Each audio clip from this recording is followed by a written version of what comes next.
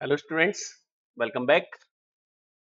जैसे कि आपको पता है कि हम लोग पाइथन की जो है फर्स्ट यूनिट में जो बेसिक कॉन्सेप्ट्स हैं वो डिस्कस कर चुके हैं, और जिससे कि कॉन्सेप्ट आपको इजीली क्लियर हो तो मैंने कोशिश की है कि कुछ सेकंड यूनिट के पार्ट्स भी मैं आपको फर्स्ट यूनिट के साथ में एक्सप्लेन करूं, जिससे कि आप लोगों को प्रोग्रामिंग के बारे में पूरा आइडिया हो जाए। कुछ स्टूडेंट्स के साथ में कुछ थोड़ी सी कभी कभी ऐसा भी हो जाता है कि उन लोगों ने सी लैंग्वेज स्टडी नहीं की होती है। तो हम लोग आज के लेक्चर में जब यूनिट 2 को स्टार्ट कर रहे हैं तो वहां पे आपके एग्जैक्टली कंट्रोल स्टेटमेंट्स हैं।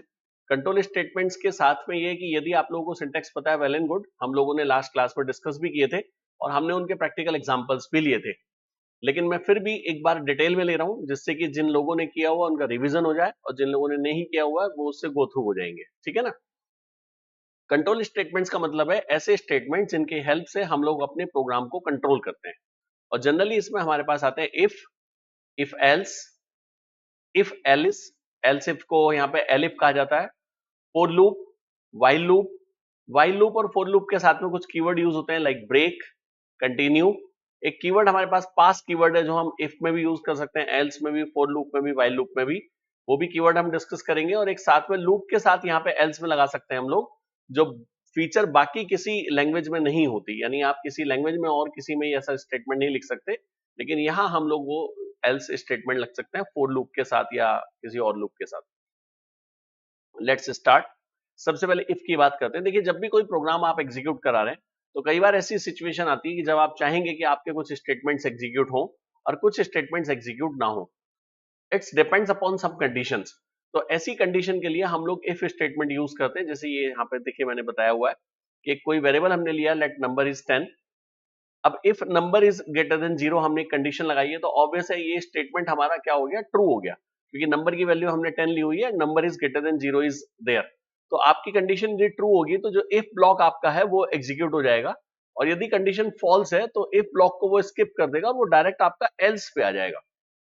सेकंड वाले पार्ट पे एल्स लगाना ऑप्शनल होता है, ये जरूरी नहीं है कि आप इफ के साथ में एल्स यूज करें। इफ यू हैव रिक्वायरमेंट कि भाई ऐसा नहीं तो ऐसा हो जाए, तो उस केस में आप एल्स लगा सकते हैं, वरना एल्स की कोई रिक्वायरमेंट नहीं है। यदि आपके प्रोग्राम में ऐसी कंडीशन लग रही है जो केवल इफ के बेस पे ही चलेगी, तो उस केस में आप इफ लगा सकते हैं। तो यदि आपकी कंडीशन हुई ट्रू तो इफ ब्लॉक एग्जीक्यूट होगा, और कंडीशन हुई फॉल्स तो एल्स ब्लॉक एग्जीक्यूट होगा। दोनों ब्लॉक कभी भी एक साथ एग्जीक्यूट नहीं होंगे। ऐसा पॉसिबल नहीं है कि इफ भी एग्जीक्यूट हो जाए और एल्स भी एग्जीक्यूट हो जाए। ठीक है ना। एक कॉन्सेप्ट हम लोग यहाँ पे यूज करते हैं कि हम लोगों को एल्स में भी इफ लगाना पड़ जाता है कई बार, तो उस कॉन्सेप्ट को भी हम लोग यहाँ पे यूज करते हैं। तो that is known as elif. उसे हम लोग एल इफ कहते हैं, है ना। कल मैंने एक एग्जांपल भी लिया था जो लास्ट लेक्चर आपको दिया गया था। एक बार इसमें देखो, ये एक हमने एग्जांपल दिया हुआ है यहाँ पे। कोई भी एक वेरिएबल हमने ले लिया, वेर वेरिएबल हमने डिक्लेयर कर लिया एक जेड। अब हमने कहा if var equal to double equal यानी कंपैरिजन, है ना। तो if var double equal A, तो यदि वेर आपकी वैल्यू क्या है, ए है, तो प्रिंट हो जाएगी। ठीक है, ये प्रिंट हो जाएगा। लेकिन सपोज नहीं है तो तब हमने कहा था एल्स इफ, और एल्स इफ को हम यहाँ पे लिखेंगे एल इफ। शॉर्ट में लिखा जाता है इसे। तो एल इफ, तो वहां पे आप फिर से कंडीशन दे सकते हैं। एल्स के साथ में कंडीशन नहीं लिखती, लेकिन एल इफ के साथ में फिर से कंडीशन आपको मेंशन करनी पड़ेगी कि यदि कंडीशन ट्रू है तो ये स्टेटमेंट एग्जीक्यूट हो, अदरवाइज दिस। तो ये आपका एक ही इफ स्टेटमेंट कंसिडर किया जाता है, एल इफ वाला जो है। ये लास्ट तक आपका एक ही इफ स्टेटमेंट चल रहा है, बस बीच में आपने एल्स के साथ इफ, एल्स के साथ इफ, एल्स के साथ इफ लगाए हैं, इसीलिए लास्ट में आप लोग फिर से एल्स लगा सकते हैं। ठीक है ना। ऐसा ही देखिए, यहाँ पे आउटपुट आ गया ए, और यहाँ पे आउटपुट आ जाएगा ई सेकंड वाले पार्ट में जो राइट हैंड साइड पर है। क्यों? क्योंकि मेरी जो सेकंड कंडीशन है वो ट्रू हो जाएगी। जो फर्स्ट कंडीशन है वो फॉल्स है, एल्स इफ में आ गए, सेकंड कंडीशन आपकी ट्रू हो गई, तो ऑब्वियस स्टेटमेंट आ गया दिस इज द वोवल ई। इस तरीके से हम लोग इफ या एल्स इफ के स्टेटमेंट्स को यूज करेंगे। प्रोग्रामिंग में मैंने कल लिए थे, मैं एक बार फिर से जल्दी से इनके एग्जांपल्स आपको करा दूंगा आज भी, लेकिन थोड़ा सा आपको इन स्टेटमेंट्स को देखना है। ओके। सेकंड, जब हम लोग बात करते हैं नेस्टेड इफ की, तो नेस्टेड इफ का मतलब होता है इफ के अंदर इफ। तो कई बार हम इफ के अंदर भी इफ लगाते हैं, लेकिन वैसे उस प्रॉब्लम को आप एल इफ से सॉल्व कर सकते हैं। यहाँ स्टेटमेंट फिर भी हमने एक लिया हुआ है। ठीक है ना। लूप को आप छोड़ दीजिए, लूप इज नॉट इंपॉर्टेंट। अभी जो फोर नम हमने स्टेटमेंट लिखा है दैट इग्नोरेबल। ठीक है, हमने लिखा if num is less than 0, तो हमारा क्या एग्जीक्यूट होगा, इफ ब्लॉक एग्जीक्यूट होगा। तो हमने देखिए फिर से इफ लगा दिया, तो यहाँ पे हमारा ये फिर से इफ आ गया, है ना, हियर। तो यदि इफ के अंदर आप इफ लगाते हैं तो उसे हम लोग कहते हैं नेस्टेड इफ। या एल्स के अंदर आप इफ लगा दें तो that is also known as nested if. Nested मतलब नेस्ट है, एक के अंदर एक आपने यूज किए हुए हैं। तो आप इस स्टेटमेंट को वैसे एल्स इफ के थ्रू यूज करेंगे तो बेटर रहेगा, लेकिन फिर भी कहीं यदि रिक्वायरमेंट है तो आप इफ के अंदर इफ लगा सकते हैं। ओके, तो यहां देखिए हमने इफ में भी इफ एल्स लगाया, फिर हमने एल्स के अंदर भी इफ एल्स लगाया, तो this is known as nested if statement. Okay, loops की जब हम बात करते हैं तो लूप्स हम क्यों यूज करते हैं? लूप्स हम यूज करते हैं बेटा, प्रोग्राम में कोई स्टेटमेंट ऐसा है जिसे मैं 2 बार 10 बार 20 बार एग्जीक्यूट करना चाह रहा हूं, तो उस स्टेटमेंट को क्या आप 20 बार लिखेंगे? Is it possible? 100 बार मैं आपसे कह दूं तो ये फिजिबल नहीं है ना? तो ऐसे केस में हम लोग क्या करते हैं, हम लोग लूप्स लगाते हैं। लूप्स हमारे 2 टाइप के होंगे। कल मैंने आप लोगों को बताया था, एक ऐसा लूप होगा जहां नंबर ऑफ साइकिल्स मुझे पता होंगी, और एक ऐसा लूप होगा जो नंबर ऑफ साइकिल्स नहीं पता होंगी, बस मुझे कंडीशन पता होगी। तो यदि नंबर ऑफ साइकिल्स हमें पता है तो हम लोग लगाते हैं फोर लूप। फोर लूप किस तरीके से एग्जीक्यूट होगा? आप लूप के अंदर एंटर करेंगे, कंडीशन चेक करेंगे, कंडीशन ट्रू है तो आपके स्टेटमेंट एग्जीक्यूट होंगे, कंडीशन फॉल्स है तो स्टेटमेंट एग्जीक्यूट नहीं होंगे, है ना? इसको हम लोग अब यहाँ पे कैसे चेक करते हैं? हम कहते हैं कि क्या सीक्वेंस का लास्ट आइटम आपका पहुंच गया है। लूप को लगाने के लिए हम लोग यहाँ पे एक स्टेटमेंट यूज करते हैं, रेंज, दिस वन। तो जैसे मैंने यहाँ पे लिखा फॉर आई इन रेंज 10, तो यहाँ पे जो 10 मेरे पास है वो मेरी सीक्वेंस का लास्ट स्टेटमेंट है ना? और आई जो है वो वेरिएबल है जो इस सीक्वेंस को हैंडल करेगा। तो कुछ इस तरीके से हम लोग इसे यूज करेंगे। लूप में एंटर करो, आई की वैल्यू इनिशियली क्या होगी? आपने मेंशन नहीं की तो वो उसको इनिशियली जीरो कंसीडर करेगा। ओके, तो क्या जीरो लास्ट आइटम है सीक्वेंस का? नहीं, हमारा लास्ट आइटम तो 10 है, तो फॉल्स हो गई कंडीशन। तो आप लूप के स्टेटमेंट को एग्जीक्यूट कराएंगे, फिर वापस लूप में आएंगे, फिर से चेक करेंगे, ये ऑटोमेटिकली आपकी वैल्यू को इंक्रीज करके 1 कर देगा। क्या 1 लास्ट आइटम है सीक्वेंस का? नहीं, लास्ट आइटम तो हमारा 10 है। तो फिर से आप लोग ये स्टेटमेंट एग्जीक्यूट कराएंगे, फिर साइकिल चलाएंगे, फिर साइकिल चलाएंगे, फिर साइकिल चलाएंगे, और यदि लास्ट आइटम है सीक्वेंस का तो आप यहां से बाहर आ जाएंगे, लूप आपका टर्मिनेट हो जाएगा। ठीक है ना? पाइथन में लूप को एग्जीक्यूट कराने के लिए हमारे पास ये ऑप्शंस है बेटा। For I in range 10, range 10 का मतलब है लूप चले 1 से लेके 10 तक, नहीं 0 से लेके 9 तक, है ना? 10वां नहीं चलेगा, 10 के लिए नहीं चलेगा, 0 to 9। और बाय डिफॉल्ट 1 का इंक्रीमेंट होगा। तो इस केस में ध्यान रखिएगा आप, आई इन रेंज में 0 to 9 और इंक्रीमेंट कितने का? 1 का। आप कहेंगे सर हमें 1 से शुरू करना हो तो आप ये देखो सेकंड स्टेटमेंट यूज करो, 1, 10, तो it will start from 1 up to 9। आप कहेंगे सर हमें 3 का इंक्रीमेंट करना है तो आप थर्ड ऑप्शन यूज कर सकते हैं, 1, 10, 3। इसका मतलब है 1 से स्टार्ट करो, 9 तक चलो, लेकिन इंक्रीमेंट करो 3 3 का। तो 1 के बाद 4 आएगा, 4 के बाद 7 आएगा, एंड सो ऑन। रिवर्स में चलना है तो आप ऐसे नहीं लिख सकते 10, 1, ये हमेशा ध्यान रखिएगा। रिवर्स में 10, 1 नहीं लिख सकते आप। यहां पे आपको लिखना पड़ेगा 10, 1, -1, क्योंकि बाय डिफॉल्ट ये इंक्रीमेंट करता है। तो 10 से क्या हो जाएगा? 11 हो जाएगा, और 11 आपकी कंडीशन फॉल्स हो जाएगी, है ना? तो आप इसमें जो है -1 लिखेंगे तो उसको पता चलेगा कि आप रिवर्स में चलाना चाहते हैं। तो ये एग्जीक्यूट होगा 10, 9, 8, 7, 6, 5, 4, 3, 2 तक। 1 तक मत जाना, ये 1 वाला जो है ये तो आपका लास्ट है। ऐसे यदि आप डिक्रीमेंट 3 का रखना चाहते हैं तो आप लिख सकते हैं 25, -3, एंड सो ऑन, है ना? ऐसे ही देखिए हमारे पास व्हाइल लूप होता है। व्हाइल लूप में हम लोग क्या करेंगे? कंडीशन देंगे। यहां हमने दिया कंडीशन, हमने ये नहीं बताया लूप कितनी बार चलेगा।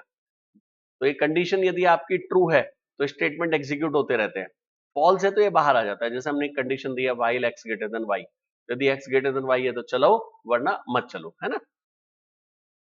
ऐसे ही हमारे पास कुछ कीवर्ड होते हैं, ब्रेक, कंटिन्यू, पास। मैं आपको जो है थ्योरेटिकली तो ये ठीक है, मैं आपको प्रैक्टिकली देखिए हर स्टेटमेंट को एग्जीक्यूट करा के दिखाता हूं, जिससे कि आप लोगों को प्रॉपर्ली पता चले। ओके, इफ का भी एग्जांपल लेते हैं, एल्स इफ का भी। आइडियली स्टार्ट कर लीजिए। सेकेंड यूनिट वैसे आपकी ना प्रीवियस यूनिट के साथ कंबाइंड होनी चाहिए थी, लेकिन इन्होंने बहुत छोटी यूनिट ये दी है। न्यू फाइल, सॉरी,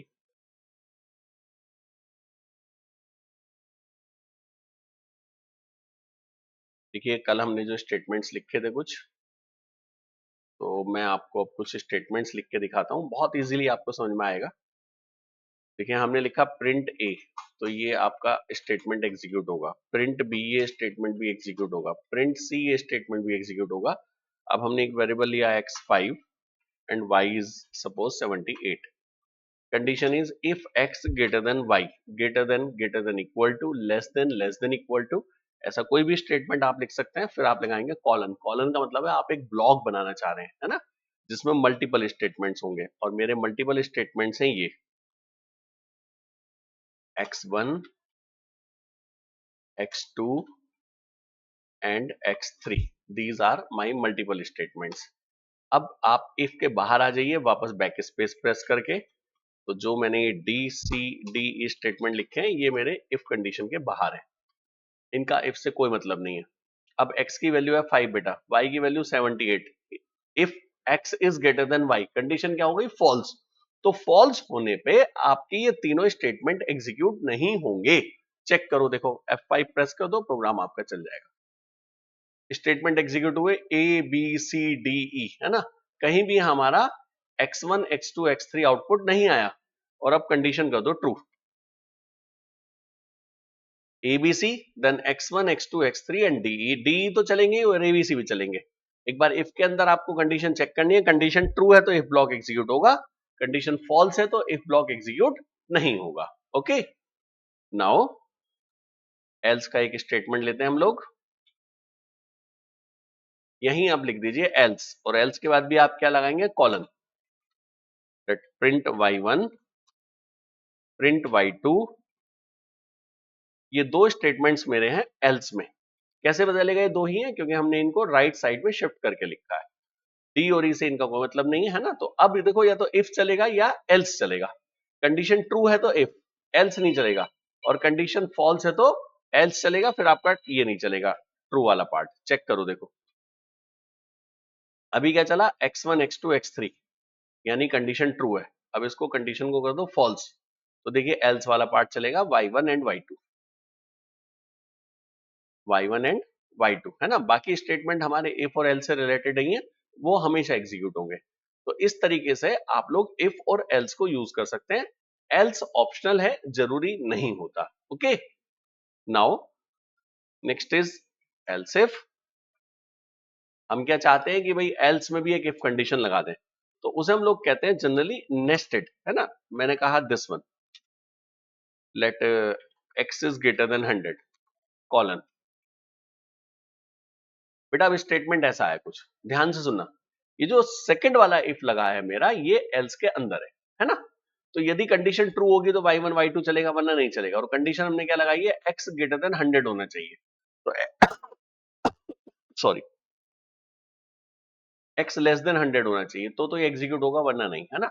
अब आप कंडीशन के वैल्यूज लो, पहले वैल्यूज आप ध्यान से देखो। हमने लिया 155 एंड देन 14, तो x is greater than y, yes, x execute हो गया आपका, x1 x2 x3 चल गया आपके, एल्स से कोई मतलब आपका नहीं है ना। Here it is. अब कंडीशन फॉल्स कर दो, let this one, now in this case x is greater than y, no, तो ये कहां जाएगा, एल्स में। एल्स में चेक करेगा if x is less then 100, और ऑब्वियस है x मेरा लेस देन 100 नहीं है ना, तो कंडीशन फॉल्स हो जाएगी। तो y1 y2 भी एग्जीक्यूट नहीं होंगे, केवल आपका d और e एग्जीक्यूट होगा। ये देखिए, है ना, तो ये भी कंडीशन हो गई। तो इसको अब आप शॉर्ट में ऐसे लिख दीजिए, यहां इसको लिख दीजिए एल इफ, एक साथ, तो देखिए एक ही बात हो जाएगी, सेम केस। तो हम लोग ना इस तरीके से एल इफ यूज कर लेते हैं। तो एल इफ जो है वो आपका एल्स इफ है, एग्जैक्टली मतलब एल्स के साथ में आपने इफ लगाया हुआ है। ओके, नेक्स्ट देखो, लूप की यदि हम बात करें,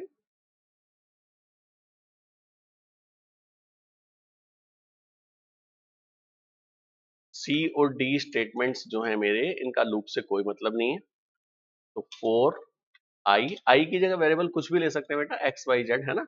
फिर इन रेंज, और रेंज में आपने लिखा सपोज करो 5, तो ये एग्जीक्यूशन होगा 5 टाइम्स 0 to 4, है ना। और यहाँ लिख दो print X and print Y. तो ये स्टेटमेंट ना आपके देखो बार बार चलते रहेंगे, पहले ए चलाएगा, फिर बी चलाएगा, फिर लूप, लूप में गया, लूप में एंट्री करने के बाद ही आपका एक्स प्रिंट करेगा वाई, फिर दोबारा लूप में एक्स एंड वाई, फिर दोबारा लूप में, कब तक, जब तक आई की वैल्यू 0 से लेके 5 तक ना पहुंच जाए, 5 पे ये फॉल्स हो जाएगा। अभी हम आई की वैल्यू भी प्रिंट कराएंगे। आप पहले यहाँ देखो X Y X Y X Y X Y X Y, how many times, 5 times. तो यदि बार बार हमें कुछ स्टेटमेंट एग्जीक्यूट कराने हो तो उसके लिए हम लोग लूप यूज करते हैं। अब आप इसमें क्या करें, यहाँ पे आई को भी डिस्प्ले करा लो टेस्टिंग के लिए, पता चल जाएगा कि आई की वैल्यू हमारी क्या है। 0 1 2 3 और 4, देखो 5 नहीं हुई है ना। अभी मैंने डायग्राम जब बनाया था तो उसमें भी बताया था कि 5 पे तो ये फॉल्स हो जाएगा जब तक वो उस लिमिट तक नहीं पहुंचता है। तो यहाँ आई की वैल्यू आपकी प्रिंट हो रही है और ये क्या हो गया, फॉल्स हो गया, है ना। तो इस तरीके से आप एग्जीक्यूट करा सकते हैं। अब आप कहेंगे सर मुझे तो 2 से स्टार्ट कराना है, तो तब आप लिख दीजिए 2,5। तो अब देखिए 2 से स्टार्ट हुआ, 2 3 एंड 4, ठीक है। अब हमने कहा 2 to 15, लेकिन इंक्रीमेंट कितने का करें, 3 का इंक्रीमेंट करें। तो देखिए 3 3 का इंक्रीमेंट होगा, 2 प्लस 3 5 प्लस 3 8 11 एंड 14, बस उसके बाद स्टॉप, है ना। तो आप इस तरीके से कर सकते हैं। अब इसको रिवर्स में लिखो, रिवर्स में लिखो 10,1।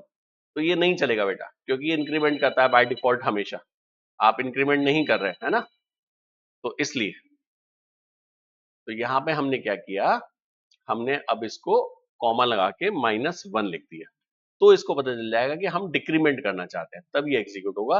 आप देख सकते हो 10 9 8 7 6 एंड सो ऑन, है ना।